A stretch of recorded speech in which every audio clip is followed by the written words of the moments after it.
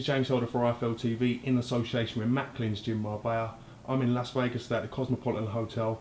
With me, I've got Andy Lee ahead of his WBO World Title Challenge against Matt Korobov. How you feeling, Andy? Feeling good, nice and relaxed. Got in here yesterday and settled in. Seeing in the days, next few days, and get ready to fight. Fight week. A lot of people tell me you enjoy fight week more than most people, taking in the atmosphere and the whole ethos of it all. What's not to enjoy, you know? I was getting on the plane yesterday and Adam said, well, what's wrong with you? You're so happy. I said, well, I'm flying to Las Vegas to fight for the world title, you know? What's not to like? And like I said, these days come few and far between, so it's nice to make the most of them, enjoy every moment and be in the moment, and just look forward to Saturday night. Do you really like living in the moment? Is that something that you kind of take on board? Yeah.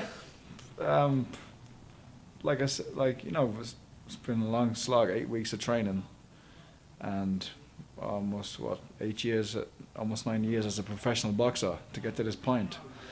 And it's been a lot of work, a lot of ups and downs, but I'm here now and I'm in great shape physically, mentally, and it's just about doing it. Let's talk a little bit about Matt Korobov. What do you think his strengths are, Andy? He's a good technical southpaw boxer. He can punch a little bit. Has good fast hands and fast feet with in and out motion. Has good feints. Those are basically his strengths. You know, he's a good technical boxer. I see his weaknesses. He kind of loses concentration at times and doesn't seem to be able to sustain a momentum or an attack. He doesn't move his head after he punches. And I believe I can do everything he does, but slightly better and more consistent. And I think that'll be one of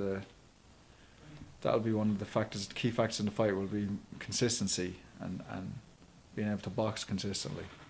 Matt Korobov's operated at a high level in the amateurs, but he hasn't faced the adversity or even the challenges as you have in the professional, in the paid ranks. I think that's a fair statement. Yeah, and I think that would be a big difference in the fight. He's been well matched and always on the A side of the card almost, and matched against guys who are just there to lose, you know what I mean? And he's never been in the trenches. He hasn't dug deep yet. He hasn't had to, and he's going to have to on Saturday night. He's going to be asked a lot of questions that he's never had to answer as a professional, and whether he's got the answers, we'll see. You've been in this situation before. You've been a world title challenger. How much would it mean to you to go from world title challenger to world champion? Well, I'm there, you know, like I'm not there yet, but the fight is there, and it's only a few days away. And for me to become a world champion will be a big change in my life, you know, be a realization of a dream that I've had since I was a child. And but to become that, I have to go through the fight and win and be victorious. And that's how I see the fight. The fight is just there to facilitate the change in me, in my life, and in my reality, and to make becoming a world champion a reality. That's all this fight is. It's there. It's the opportunity for me to become world champion. The foundations of your style and your boxing and kind of your makeup as a fighter comes from the Kronk gym, the late great Emmanuel Stewart. How much do you think Adam Booth has developed on that from where you was when you first started training with Adam Booth? I've improved a lot under Adam. Not to say I wouldn't have improved as through natural progression if Emmanuel had been alive. But Emmanuel passed away and I needed a new trainer, and there was only one guy in the world who sprang to mind, and that was Adam Booth. And I'm very lucky now that me and him get on so well, and that I'm able to train with him and be trained by him. And I've improved. It's hard to measure how much I've improved under him, but I know I've improved every aspect of my game, long range and short range, and my physicality, my athleticism has improved. Adam, as I said, Adam's probably the best. To me, Adam's the best trainer in the world, and he has a unique balance.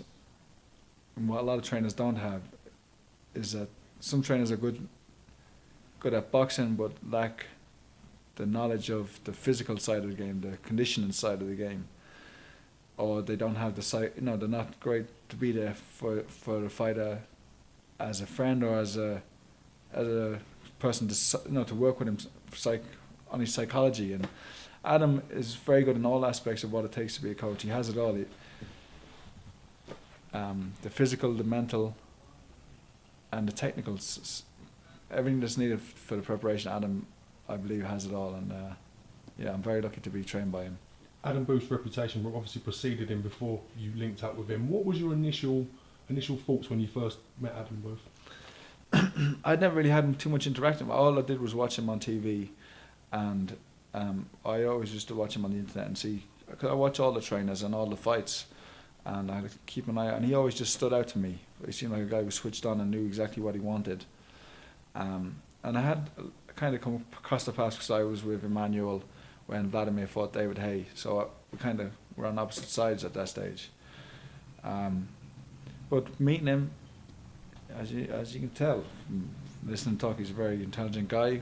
We got on well, and it was touch and go. We felt each other out for a long period. We trained, did some pad work. We'd meet up, have a chat, discuss. He asked me what he thought I needed to improve, and we'd talk about it and the best way of doing it. And it was really about 6 or 7, maybe a year before I really started to get hold of what he was trying to teach me.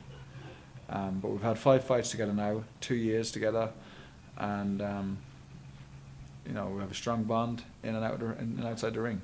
As you said, 5 fights with Adam Booth under his tutelage now. The last fight against Jackson at light middleweight, fantastic stoppage for yourself. Do you think you still carry that power at middleweight as you do at light middle? Yeah, I've got 23 knockouts. And there's only been one of them was at light middle, and I have the power to knock somebody out. If I can connect at the right time, I can knock anybody out. How important is it that you give a good account of yourself this week, as well as the media, but you don't freeze on the big occasion? I've no fear of that. I've said I've been here before, fought for world title before, and the fact that it's in Las Vegas and it is a world title fight doesn't really matter, because if I was fighting Matt Korobov in the backyard, I'd want to win just as much. So the fact that it's a title is irrelevant. I win Saturday night, then I become champion. You're really accustomed to fighting in America, obviously. I think you fought here probably 24 times, 3 of which in Vegas. This will be the 4th time. Do you think that gives you a mental advantage over some other fighters that come to travel to fight in Vegas? I think every young fighter from the UK or from Ireland should experience it early in their career, coming over here and getting the hooboo or whatever it is out of the way of coming to America and fighting an American opponent, because that is a big factor. Like, there's kind of an illusion, I guess. How do they do it over there? The unknown, when fighters come from the UK or Ireland to fight in America, they're kind of taken aback and kind of blinded in the headlights kind of thing, because you assume what other people are doing is better than what you do, or how they prepare is better than how you prepare, or how they fight, and you get caught up in the whatever.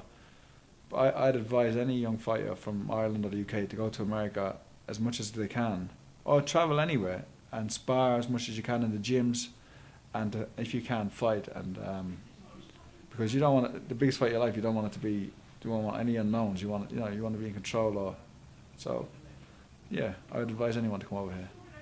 Did you happen to watch Billy Joe Saunders versus Chris Eubank Jr.? Obviously, with Billy Joe Saunders now in line to fight for that title vacated by Peter Quillin that you're fighting for this Saturday. Did you happen to watch Billy Joe Chris Eubank Jr.'s fight? I watched the fight, yeah. It was an interesting fight. What did you think? I thought Billy Joe boxed very well, and he used his experience and his ring.